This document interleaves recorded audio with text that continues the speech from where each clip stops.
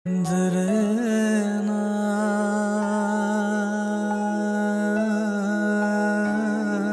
बस अपने अंदरले उस अंश ਨੂੰ ਸਮਝਣ ਦੀ ਕੋਸ਼ਿਸ਼ ਕਰੋ ਜਿਹੜਾ ਤੁਹਾਡੀ ਖੁਸ਼ੀ ਵਿੱਚ ਸ਼ਰਤਾਂ ਰੱਖ ਦਿੰਦਾ ਹੈ। ਕਿਉਂਕਿ ਤੁਹਾਡੇ ਅੰਦਰ ਇੱਕ ਸੋਚ ਐਸੀ ਹੈ ਕਿ ਮਨ ਐਸਾ ਹੈ ਨਾ ਜਿਹੜਾ ਕਿਸੇ ਵੀ ਖੁਸ਼ੀ ਨਾਲ ਸ਼ਰਤਾਂ ਜੋੜ ਦਿੰਦਾ ਹੈ, ਕਿਸੇ ਵੀ ਖੁਸ਼ੀ ਨਾਲ ਕੰਡੀਸ਼ਨ ਜੋੜ ਦਿੰਦਾ ਹੈ। ਇਦਾਂ ਹੋਏਗਾ ਤਾਂ ਮੈਂ ਖੁਸ਼ ਹੋਣਾ ਹੈ, ਇਦਾਂ ਨਹੀਂ ਹੋਏਗਾ ਤਾਂ ਮੈਂ ਕਿੱਦਾਂ ਖੁਸ਼ ਹੋ ਸਕਦਾ।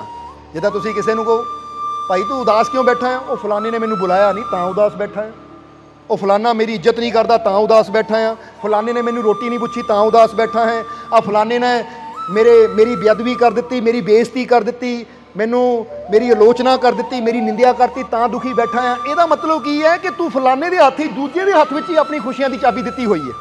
ਹੁਣ ਨਾ ਦੂਜਾ ਤੇਰੀ ਇੱਜ਼ਤ ਕਰੇ, ਨਾ ਦੂਜਾ ਤੈਨੂੰ ਬੁਲਾਵੇ, ਨਾ ਦੂਜਾ ਤੇਰੀ ਉਸਤਤ ਕਰੇ ਤਾਂ ਤੂੰ ਸਾਰੀ ਜ਼ਿੰਦਗੀ ਇੱਦਾਂ ਦੁਖੀ ਹੋ ਕੇ ਬੈਠਾ ਰਹੇਗਾ। ਫਿਰ ਕੀ ਫਾਇਦਾ ਤੇਰੀ ਜ਼ਿੰਦਗੀ ਦਾ? ਜ਼ਿੰਦਗੀ ਹੈ ਤੇ ਕੰਟਰੋਲ ਵੀ ਤੇਰਾ ਹੋਣਾ ਚਾਹੀਦਾ ਹੈ। ਦੂਜਾ ਮੈਨੂੰ ਪੁੱਛੇ ਨਾ ਪੁੱਛੇ, ਮੇਰੀ ਖੁਸ਼ੀ ਮੇਰੇ ਅੰਦਰ ਹੈ। ਦੂਜਾ ਮੈਨੂੰ ਬੁਲਾਵੇ ਨਾ ਬੁਲਾਵੇ, ਮੇਰੀ ਖੁਸ਼ੀ ਮੇਰੇ ਅੰਦਰ ਹੈ। ਦੂਜਾ ਮੇਰੀ ਇੱਜ਼ਤ ਕਰੇ ਨਾ ਕਰੇ, ਮੇਰੀ ਖੁਸ਼ੀ ਮੇਰੇ ਅੰਦਰ ਹੈ। ਦੂਜਾ ਰੋਟੀ ਦੇਵੇ ਨਾ ਦੇਵੇ, ਮੇਰੀ ਖੁਸ਼ੀ ਮੇਰੇ ਅੰਦਰ ਹੈ। ਮੈਂ ਕਿਸੇ ਦਾ ਮੁਹਤਾਜ ਨਹੀਂ ਹਾਂ ਕਿ ਦੂਜਾ ਕਰੇਗਾ ਤਾਂ ਫਿਰ ਮੈਂ ਖੁਸ਼ ਹੋਣਾ ਹੈ। ਆਪਣੀ ਖੁਸ਼ੀ ਦਾ ਕੰਟਰੋਲ ਆਪਣੇ ਹੱਥ 'ਚ ਰੱਖੋ ਤਾਂ ਫਿਰ ਤੁਸੀਂ ਜੀਵਨ 'ਚ ਕਦੀ ਦੁਖੀ ਹੋ ਹੀ ਨਹੀਂ ਸਕਦੇ। ਅੱਜ ਬੰਦਾ ਕਹਿੰਦਾ ਤਾਂ ਹੈ ਮੈਂ ਖੁਸ਼ ਰਹਿਣਾ ਚਾਹੁੰਦਾ, ਜਿੱਦਾਂ ਪਹਿਲੇ ਹੀ ਸਵਾਲ ਕੀਤਾ ਤੁਸੀਂ ਖੁਸ਼ ਰਹਿਣਾ ਚਾਹੁੰਦੇ ਹੋ, ਤੁਸੀਂ ਕਹਿੰਦੇ ਹਾਂ ਅਸੀਂ ਖੁਸ਼ ਰਹਿਣਾ ਚਾਹੁੰਦੇ ਹਾਂ, ਤਾਂ ਅਸੀਂ ਕਹਾਂਗੇ ਖੁਸ਼ ਰਹੋ, ਪਰ ਤੁਸੀਂ ਕਹਿੰਦੇ ਕਿੱਦਾਂ ਰਹੀਏ? ਉਹ ਮੈਨੂੰ ਫਲਾਨਾ ਬੁਲਾਉਂਦਾ ਨਹੀਂ, ਉਹ ਫਲਾਨਾ ਮੈਨੂੰ ਪੁੱਛਦਾ ਨਹੀਂ, ਮੈਂ ਕਿੱਦਾਂ ਖੁਸ਼ ਰਵਾਂ? ਮੇਰੇ ਬੱਚੇ ਮੇਰੇ ਕਹਿਣੇ 'ਚ ਨਹੀਂ, ਮੈਂ ਕਿੱਦਾਂ ਖੁਸ਼ ਰਵਾਂ? ਤੇ ਇਹਦਾ ਮਤਲਬ ਹੈ ਤੁਸੀਂ ਆਪਣੀ ਖੁਸ਼ੀ ਦੂਜੇ ਨੂੰ ਦੇ ਦਿੱਤੀ ਹੈ ਕਿ ਦੂਜਾ ਕਰੇਗਾ ਤਾਂ ਖੁਸ਼ ਰਹਿਣਾ, ਦੂਜਾ ਨਹੀਂ ਕਰੇਗਾ ਤਾਂ ਖੁਸ਼ ਨਹੀਂ ਰਹਿਣਾ। ਫਿਰ ਤੁਸੀਂ ਕਦੀ ਜੀਵਨ 'ਚ ਖੁਸ਼ ਹੋ ਹੀ ਨਹੀਂ ਸਕਦੇ।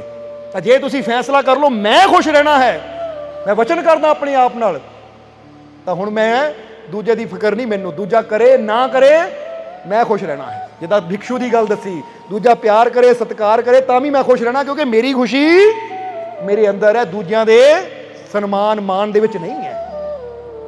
ਇਸ ਲਈ ਆਪਣੀ ਖੁਸ਼ੀ ਦਾ ਕੰਟਰੋਲ ਆਪਣੇ ਹੱਥ 'ਚ ਰੱਖੋ, ਆਪਣੀ ਖੁਸ਼ੀ ਦੀ ਚਾਬੀ ਆਪਣੇ ਕੋਲ ਰੱਖੋ। ਪਰ ਅੱਜ ਬੰਦੇ ਨੇ ਆਪਣੀਆਂ ਖੁਸ਼ੀਆਂ ਦੀਆਂ ਚਾਬੀਆਂ ਪਤਾ ਨਹੀਂ ਕਿੰਨੀਆਂ ਕੁ ਨੂੰ ਵੰਡੀਆਂ ਹੋਈਆਂ ਹੈ। ਬੋਲੋ ਸਮਝਦੇ ਹੋ ਕਿ ਨਹੀਂ? ਤੁਸੀਂ ਆਪਣੀ ਖੁਸ਼ੀ ਦੀ ਚਾਬੀ ਉਹਨੂੰ ਵੀ ਦਿੱਤੀ ਹੋਈ ਹੈ ਜਿਹੜਾ ਤੁਹਾਨੂੰ ਜਾਣਦਾ ਨਹੀਂ ਹੈ। ਹੁਣ ਫਰਜ਼ ਕਰੋ ਤੁਸੀਂ ਕਿਸੇ ਨਵੀਂ ਦੁਕਾਨ ਤੇ ਚਲੇ ਜਾਂਦੇ ਹੋ, ਤੁਸੀਂ ਬੜੇ ਖੁਸ਼ ਜਾਂਦੇ ਹੋ, ਪਰ ਅਗਲਾ ਦੁਕਾਨਦਾਰ ਤੁਹਾਨੂੰ ਚੱਜ ਨਾਲ ਬੁਲਾਉਂਦਾ ਨਹੀਂ ਹੈ ਤਾਂ ਤੁਸੀਂ ਦੁਖੀ ਹੋ ਜਾਂਦੇ ਹੋ। ਆ ਦੁਕਾਨਦਾਰ ਨੇ ਦਾਣਾ ਬੁਲਾਇਆ ਨਹੀਂ, ਪਾਣੀ ਨਹੀਂ ਪੁੱਛਿਆ, ਬੈਠਣ ਨੂੰ ਨਹੀਂ ਕਿਹਾ। ਇਹਦਾ ਮਤਲਬ ਤੁਸੀਂ ਉਹਦੇ ਬਿਠਾਣ ਦੇ, ਉਹਦੇ ਪੁੱਛਣ ਦੇ ਮੁਹਤਾਜ ਹੋ ਗਏ। ਫਿਰ ਤਾਂ ਤੁਹਾਡੀ ਖੁਸ਼ੀ ਉਹਦੀ ਮੁਹਤਾਜ ਹੋ ਗਈ ਕਿ ਉਹ ਕਰ ਲਏਗਾ ਤਾਂ ਤੁਸੀਂ ਖੁਸ਼, ਉਹ ਨਹੀਂ ਕਰੇਗਾ ਤਾਂ ਤੁਸੀਂ ਦੁਖੀ। ਜਵਾਬ ਦਿਓ, ਗੱਲ ਸਹੀ ਹੈ ਕਿ ਨਹੀਂ? ਇਹਦਾ ਮਤਲਬ ਤੁਸੀਂ ਆਪਣੀਆਂ ਖੁਸ਼ੀਆਂ ਦੀਆਂ ਚਾਬੀਆਂ ਕਿੰਨੇ ਕੁ ਲੋਕਾਂ ਨੂੰ ਦਿੱਤੀਆਂ ਹੋਈਆਂ ਹੈ। ਬੱਸ 'ਚ ਸਫ਼ਰ ਕਰਦੇ ਹੋ, ਬੱਸ ਕੰਡਕਟਰ ਨੂੰ ਦਿੱਤੀ ਹੋਈ ਹੈ। ਟੈਂਪੂ 'ਚ ਬਹਿੰਦੇ ਹੋ ਤਾਂ ਟੈਂਪੂ ਵਾਲੇ ਨੂੰ ਦਿੱਤੀ ਹੋਈ ਹੈ।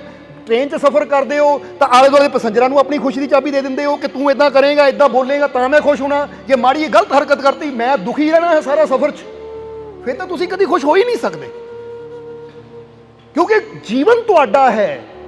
ਤਾਂ ਜੇ ਅਸੀਂ ਉਮੀਦ ਦੂਜਿਆਂ ਤੋਂ ਰੱਖੀਏ ਕਿ ਦੂਜੇ ਸਾਨੂੰ ਖੁਸ਼ੀ ਦੇਣਗੇ, ਤਾਂ ਜਰਾ ਸੋਚੋ ਜੀਵਨ ਤੁਹਾਡਾ ਹੈ। ਜੇ ਤੁਸੀਂ ਨਹੀਂ ਆਪਣੇ ਆਪ ਨੂੰ ਖੁਸ਼ ਰੱਖ ਸਕਦੇ ਤਾਂ ਦੂਜੇ ਕਿਸੇ ਨੇ ਤੁਹਾਨੂੰ ਖੁਸ਼ ਕੀ ਕਰਨਾ ਹੈ? ਨਾਲੇ ਦੂਜਾ ਵੀ ਜੇ ਖੁਸ਼ੀ ਦੀ ਫਿਕਰ ਕਰੇਗਾ ਤਾਂ ਆਪਣੀ ਕਰੇਗਾ, ਤੁਹਾਡੀ ਥੋੜੀ ਕਰੇਗਾ ਉਹ। ਤੁਸੀਂ ਕੀ ਚਾਹੁੰਦੇ ਹੋ ਕਿ ਤੁਸੀਂ ਬੱਸ 'ਚ ਖੜੇ ਹੋ ਤਾਂ ਇੱਕ ਬੰਦਾ ਸੀਟ ਤੇ ਬੈਠਾ ਤੁਹਾਨੂੰ ਦੇਖ ਕੇ ਕਹੇ ਤੁਸੀਂ ਬਹਿ ਜਾਓ, ਮੈਂ ਖੜਾ ਹੋ ਜਾਂਦਾ ਹਾਂ, ਤੁਹਾਡੀ ਖੁਸ਼ੀ ਇਹ 'ਚ ਹੀ ਹੈ? ਤਾਂ ਨਹੀਂ, ਤੁਹਾਨੂੰ ਵੀ ਪਤਾ ਹੈ ਕਿ ਸੀਟ ਖਾਲੀ ਹੈ ਨਾ, ਦੋ ਪੈਸੰਜਰ ਚੜ੍ਹਦੇ ਆ ਤਾਂ ਦੌੜ ਕੇ ਜਾਣ ਦੀ ਕੋਸ਼ਿਸ਼ ਕਰਦੇ ਕਿ ਪਹਿਲਾਂ ਮੈਂ ਬਹਿ ਜਾਵਾਂ, ਕਿਉਂਕਿ ਹਰੇਕ ਨੂੰ ਆਪਣੀ ਫਿਕਰ ਹੁੰਦੀ ਹੈ। ਇਸ ਲਈ ਤੁਸੀਂ ਆਪਣੀ ਖੁਸ਼ੀ ਦੀ ਚਾਬੀ, ਆਪਣੀ ਖੁਸ਼ੀ ਦੀ ਵਾਗਡੋਰ ਕਿਸੇ ਦੂਜੇ ਦੇ ਹੱਥ 'ਚ ਨਾ ਦਿਓ। ਆਪਣੀ ਖੁਸ਼ੀ ਦੀ ਕੁੰਜੀ ਆਪਣੇ ਕੋਲ ਰੱਖੋ। ਇਸ ਲਈ ਆਪਣੀ ਖੁਸ਼ੀ ਨੂੰ ਬੇਸ਼ਰਤ ਬਣਾਓ, ਕੋਈ ਸ਼ਰਤ ਨਹੀਂ, ਮੈਂ ਖੁਸ਼ ਰਹਿਣਾ ਹੈ ਤਾਂ ਰਹਿਣਾ ਹੈ। ਤੇ ਜੇ ਬੰਦਾ ਸ਼ਰਤ ਰੱਖੇ ਨਹੀਂ ਜੇ ਕੱਲ ਨੂੰ ਮੌਸਮ ਠੰਡਾ ਹੋਏਗਾ, ਬਰਸਾਤ ਹੋਏਗੀ ਫਿਰ ਮੈਂ ਖੁਸ਼, ਤਾਂ ਜੇ ਧੁੱਪ ਨਿਕਲੀ ਗਰਮੀ ਹੋਈ ਮੈਂ ਦੁਖੀ, ਤਾਂ ਫਿਰ ਤਾਂ ਤੁਸੀਂ ਆਪਣੀ ਖੁਸ਼ੀ ਦੀ ਚਾਬੀ ਮੌਸਮ ਦੇ ਹੱਥ 'ਚ ਦੇ ਦਿੱਤੀ ਕਿ ਹੁਣ ਮੌਸਮ ਚੰਗਾ ਹੋਇਆ ਤਾਂ ਤੁਸੀਂ ਖੁਸ਼ ਹੋਵੋਗੇ, ਜੇ ਗਰਮੀ ਹੋਈ ਤਾਂ ਤੁਸੀਂ ਦੁਖੀ। ਤਾਂ ਜੇ ਬੰਦਾ ਕਵੇ ਮੇਰੀ ਖੁਸ਼ੀ ਦੀ ਚਾਬੀ ਮੇਰੇ ਹੱਥ 'ਚ, ਮੈਂ ਖੁਸ਼ ਰਹਿਣਾ, ਚਾਹੇ ਧੁੱਪ ਹੋਵੇ, ਬਰਸਾਤ ਹੋਵੇ, ਮੀਂਹ ਹੋਵੇ, ਹਨੇਰੀ ਹੋਵੇ, ਮੌਸਮ ਜੈਸਾ ਮਰਜ਼ੀ ਹੋਵੇ, ਮੈਂ ਖੁਸ਼ ਰਹਿਣਾ ਹੈ, ਤਾਂ ਹੁਣ ਇਹਦਾ ਮਤਲਬ ਚਾਬੀ ਤੁਹਾਡੇ ਹੱਥ 'ਚ ਆ ਗਈ। ਸਮਝ ਰਹੇ ਹੋ ਕਿ ਨਹੀਂ? ਇਹ ਨਿੱਕਾ ਜਿਹਾ ਪੁਆਇੰਟ ਹੈ, ਅਗਰ ਇਹਨੂੰ ਸਮਝ ਲਵੋ ਤਾਂ ਤੁਸੀਂ ਆਪਣੇ ਜੀਵਨ 'ਚ ਸੱਚੀ ਖੁਸ਼ੀ ਨੂੰ ਪ੍ਰਾਪਤ ਕਰ ਸਕਦੇ ਹੋ। ਕਿ ਜਿੱਦਾਂ ਮੌਸਮ ਦੀ ਗੱਲ ਕੀਤੀ, ਇਦਾਂ ਹੀ ਤੁਸੀਂ ਹਰ ਜਗ੍ਹਾ ਆਪਣੀ ਖੁਸ਼ੀ ਦੀ ਵਜ੍ਹਾ ਲੱਭਦੇ ਹੋ। ਮੈਂ ਕਿਹੜੀ ਵਜ੍ਹਾ ਨਾਲ ਖੁਸ਼ ਹੋਵਾਂ? ਕਿਸੇ ਨੂੰ ਕਹੋ ਖੁਸ਼ ਕਿਉਂ ਨਹੀਂ ਯਾਰ, ਕਿਹੜੀ ਵਜ੍ਹਾ ਖੁਸ਼ ਹੋਣ ਦੀ? ਬੱਚੇ ਮੇਰੇ ਕਹਿਣੇ 'ਚ ਹੈ ਨਹੀਂ, ਲੱਤਾਂ 'ਚ ਮੇਰੀਆਂ 'ਚ ਦਰਦ ਹੁੰਦੀ ਹੈ, ਆਹ ਗੱਡੀ ਮੇਰੀ ਖਰਾਬ ਖੜੀ ਹੈ, ਘਰ ਦੇ ਵਿੱਚ ਆਹ ਕੰਮ ਇਦਾਂ ਹੋਇਆ, ਉਹ ਕੰਮ, ਕਿਹੜੀ ਵਜ੍ਹਾ ਨਾਲ ਮੈਂ ਖੁਸ਼ ਹੋਵਾਂ? ਤਾਂ ਹੁਣ ਜਦ ਹੀ ਸਾਡੀ ਖੁਸ਼ੀ ਬਾਹਰ ਹੀ ਹੈ ਇਹਨਾਂ ਵਜ੍ਹਾਵਾਂ ਦੇ ਨਾਲ। ਤਾਂ ਜੇ ਬਾਹਰ ਹੀ ਹੈ, ਅੱਜ ਕਹਿੰਦੇ ਗੋਡਿਆਂ 'ਚ ਦਰਦ, ਕਿੱਦਾਂ ਖੁਸ਼ ਹੋਵਾਂ? ਤਾਂ ਗੋਡੇ ਦਰਦ ਠੀਕ ਹੋ, ਕੱਲ੍ਹ ਨੂੰ ਸਿਰ ਦਰਦ ਹੋ ਜਾਏਗੀ, ਪੇਟ ਦਰਦ ਤਾਂ ਕੋਈ ਨਾ ਕੋਈ ਜੀਵਨ 'ਚ ਚੱਲਦੀ ਰਹੇਗੀ। ਤਾਂ ਇਹਦਾ ਮਤਲਬ ਤੂੰ ਕਦੀ ਖੁਸ਼ ਹੋਏਗਾ ਹੀ ਨਹੀਂ। ਤਾਂ ਜੇ ਬੰਦਾ ਕਹੇ ਕੋਈ ਗੱਲ ਨਹੀਂ, ਦਰਦ ਹੈ ਉਹ ਆਪਣੀ ਜਗ੍ਹਾ, ਪਰ ਮੈਂ ਖੁਸ਼ ਹਾਂ, ਬੋਲੋ ਸਮਝਦੇ ਹੋ ਕਿ ਨਹੀਂ? ਹੁਣ ਫਰਜ਼ ਕਰੋ ਤੁਹਾਡੇ ਹੱਥ 'ਚ ਦਰਦ ਹੋਵੇ, ਤੁਸੀਂ ਰੋ ਵੀ ਸਕਦੇ ਹੋ। ਹੱਥ 'ਚ ਦਰਦ ਹੋਵੇ ਤਾਂ ਤੁਸੀਂ ਮੁਸਕਰਾ ਕੇ ਵੀ ਕਹਿ ਸਕਦੇ ਹੋ ਕੋਈ ਗੱਲ ਨਹੀਂ, ਦਰਦ ਆਉਂਦੀ ਹੈ ਚਲੀ ਜਾਂਦੀ ਹੈ, ਅੱਜ ਹੈ ਤਾਂ ਕੱਲ ਠੀਕ ਹੋ ਜਾਏਗੀ। ਹੁਣ ਇਹਦਾ ਮਤਲਬ ਅਸੀਂ ਦਰਦ ਨੂੰ ਵੀ ਖੁਸ਼ੀ ਨਾਲ ਸਵੀਕਾਰ ਕਰ ਲਿਆ। ਤਾਂ ਜੇ ਬੰਦਾ ਕਹੇ ਨਹੀਂ ਪਹਿਲਾਂ ਦਰਦ ਠੀਕ ਹੋਵੇ, ਤਾਂ ਦਰਦ 10 ਦਿਨ ਠੀਕ ਨਾ ਹੋਵੇ ਤਾਂ 10 ਦਿਨ ਅਸੀਂ ਹੱਸਾਂਗੇ ਹੀ ਨਹੀਂ। ਤਾਂ ਜੇ ਬੰਦਾ ਕਹੇ ਕੋਈ ਗੱਲ ਨਹੀਂ, ਪੀੜਾ ਵੀ ਆਉਂਦੀ ਹੈ ਜੀਵਨ 'ਚ, ਦੁੱਖ ਸੁੱਖ ਚੱਲਦੇ ਰਹਿੰਦੇ ਆ, ਖੁਸ਼ੀ ਗਮੀ ਚੱਲਦੀ ਰਹਿੰਦੀ, ਮੈਂ ਖੁਸ਼ ਰਹਿਣਾ ਹੈ, ਤਾਂ ਫਿਰ ਕੋਈ ਵੀ ਪੀੜਾ ਤੁਸੀਂ ਦੇਖੋਗੇ, ਜਦੋਂ ਉਹਨੂੰ ਐਕਸੈਪਟ ਕਰ ਲਓਗੇ, ਕਬੂਲ ਕਰ ਲਓਗੇ, ਤਾਂ ਪੀੜਾ ਵੀ ਤੁਹਾਨੂੰ ਦਰਦ ਦੇਣਾ ਬੰਦ ਕਰ ਦੇਗੀ। ਯਾਨੀ ਪੇਨ ਹੋਏਗੀ, ਪਰ ਪੇਨ ਵੀ ਤਕਲੀਫ ਦੇਣਾ ਬੰਦ ਕਰ ਦੇਗੀ। ਇਸ ਲਈ ਸਮਝੋ ਜ਼ਰਾ, ਅਸੀਂ ਚਾਹੁੰਦੇ ਹਾਂ ਬਸ ਇਸ ਛੋਟੇ ਜਿਹੇ ਨੁਕਤੇ ਨੂੰ ਤੁਸੀਂ ਜੇ ਸਮਝ ਲਵੋ ਕਿ ਜੇ ਮੈਂ ਫੈਸਲਾ ਕਰ ਲਿਆ ਮੈਂ ਖੁਸ਼ ਰਹਿਣਾ ਹੈ, ਤਾਂ ਫਿਰ ਮੈਂ ਆਪਣੀ ਖੁਸ਼ੀ ਦਾ ਕੰਟਰੋਲ ਆਪਣੇ ਹੱਥ 'ਚ ਰੱਖਾਂ। ਕਿਉਂਕਿ ਜਦੋਂ ਮੈਂ ਆਪਣੀ ਖੁਸ਼ੀ ਨਾਲ ਕੋਈ ਵਜ੍ਹਾ, ਕੋਈ ਕਾਰਨ, ਕੋਈ ਸ਼ਰਤ ਜੋੜ ਦਿੰਦਾ ਹਾਂ, ਤਾਂ ਉਹ ਝੂਠੀ ਖੁਸ਼ੀ ਹੈ, ਕਿਉਂਕਿ ਉਦੋਂ ਅਸੀਂ ਬਾਹਰ ਜੋੜ ਦਿੱਤੀ ਕਿ ਉਹਦੀ ਵਜ੍ਹਾ ਨਾਲ ਮੈਂ ਖੁਸ਼ ਹਾਂ, ਉਹਦੀ ਵਜ੍ਹਾ ਨਾਲ ਮੈਂ ਦੁਖੀ ਹਾਂ, ਉਹਦੇ ਇਸ ਕਾਰਨ ਮੈਂ ਖੁਸ਼ ਹਾਂ, ਇਸ ਕਾਰਨ ਮੈਂ ਦੁਖੀ ਹਾਂ। ਤਾਂ ਫਿਰ ਤਾਂ ਕਾਰਨ ਬਾਹਰ ਬਣਦੇ ਰਹਿਣਗੇ, ਤੁਸੀਂ ਸਦਾ ਦੁਖੀ ਰਹੋਗੇ। ਤਾਂ ਜਦੋਂ ਤੁਸੀਂ ਆਪਣੀ ਖੁਸ਼ੀ ਦੀ ਵਜ੍ਹਾ ਆਪਣੇ ਆਪ ਨਾਲ ਜੋੜ ਦਿੱਤੀ ਕਿ ਮੈਂ ਬਿਨਾਂ ਸ਼ਰਤ ਤੋਂ ਖੁਸ਼ ਹਾਂ, ਬਿਨਾਂ ਵਜ੍ਹਾ ਤੋਂ ਖੁਸ਼ ਹਾਂ, ਬਿਨਾਂ ਕਿਸੇ ਕਾਰਨ ਤੋਂ ਖੁਸ਼ ਹਾਂ, ਤੇ ਇਹਦਾ ਮਤਲਬ ਹੁਣ ਤੁਸੀਂ ਖੁਸ਼ੀ ਨੂੰ ਆਪਣੇ ਅੰਦਰ ਜਾਣ ਲਿਆ। ਕਿਉਂ ਬਾਹਰ ਮੈਨੂੰ ਕਾਰਨ ਦੀ ਲੋੜ ਨਹੀਂ ਹੈ, ਬਸ ਮੈਂ ਖੁਸ਼ ਹਾਂ ਤਾਂ ਮੈਂ ਖੁਸ਼ ਹਾਂ, ਕਿਉਂਕਿ ਖੁਸ਼ੀ ਮੇਰੀ ਹੈ, ਮੈਂ ਫੈਸਲਾ ਕੀਤਾ ਮੈਂ ਖੁਸ਼ ਹਾਂ, ਮੈਂ ਖੁਸ਼ ਰਹਿਣਾ ਹੈ। ਤਾਂ ਹੁਣ ਜੇ ਮੈਂ ਫੈਸਲਾ ਕਰ ਲਿਆ ਮੈਂ ਖੁਸ਼ ਰਹਿਣਾ, ਤਾਂ ਮੈਨੂੰ ਕੋਈ ਵਜ੍ਹਾ, ਕੋਈ ਕਾਰਨ, ਕਿਸੇ ਸ਼ਰਤ ਦੀ ਲੋੜ ਨਹੀਂ ਹੈ। ਬੋਲੋ ਸਮਝਦੇ ਹੋ ਕਿ ਨਹੀਂ?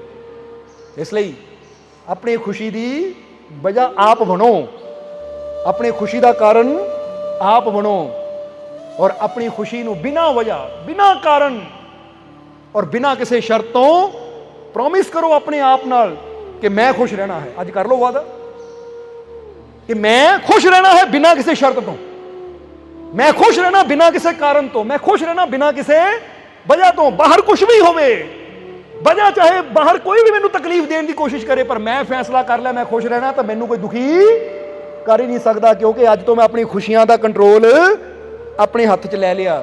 ਪਹਿਲਾਂ ਮੈਂ ਕੰਟਰੋਲ ਦੂਜਿਆਂ ਨੂੰ ਦਿੱਤਾ ਸੀ, ਅੱਜ ਦੂਜਿਆਂ ਕੋਲੋਂ ਖੋਹ ਲਿਆ ਮੈਂ ਕਿ ਭਾਈ ਹੁਣ ਫੜਾ ਦਿਓ, ਹੁਣ ਤੁਸੀਂ ਬੁਰਾ ਬੋਲੋ ਚੰਗਾ ਬੋਲੋ, ਇੱਜ਼ਤ ਕਰੋ ਨਾ ਕਰੋ, ਬੁਲਾਓ ਨਾ ਬੁਲਾਓ, ਪਰ ਮੈਂ ਹੁਣ ਸਦਾ ਖੁਸ਼ ਰਹਿਣਾ ਹੈ, ਕਿਉਂਕਿ ਹੁਣ ਮੈਂ ਆਪਣੀ ਖੁਸ਼ੀ ਦਾ ਕੰਟਰੋਲ ਆਪਣੇ ਹੱਥ 'ਚ ਲੈ ਲਿਆ। ਹੁਣ ਆਪਣੇ ਜੀਵਨ ਦੀ ਗੱਡੀ ਨੂੰ ਮੈਂ ਆਪ ਚਲਾਉਣਾ ਹੈ।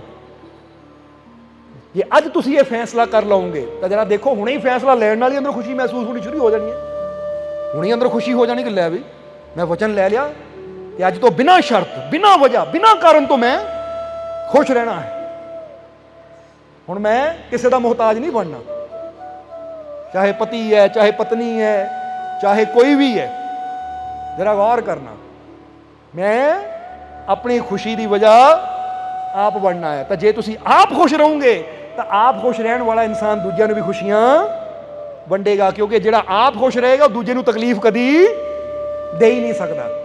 ਜਦੋਂ ਤੁਸੀਂ ਆਪ ਬਿਨਾਂ ਸ਼ਰਤ ਤੋਂ, ਬਿਨਾਂ ਕਾਰਨ, ਬਿਨਾਂ ਵਜ੍ਹਾ ਤੋਂ ਖੁਸ਼ ਹੋਣਾ ਸਿੱਖ ਲਿਆ, ਤਾਂ ਦੂਜਿਆਂ ਦੇ ਜੀਵਨ 'ਚ ਵੀ ਖੁਸ਼ੀਆਂ ਆਉਣੀਆਂ ਸ਼ੁਰੂ ਹੋ ਜਾਣਗੀਆਂ, ਕਿਉਂਕਿ ਤੁਹਾਡੀ ਖੁਸ਼ੀ ਦੀ ਮਹਿਕ ਵੀ ਉਹਨਾਂ ਦੇ ਜੀਵਨ 'ਚ भी आनी शुरू हो जाएगी। वीडियो अच्छी लगी हो तो कृपया इसे शेयर जरूर करें।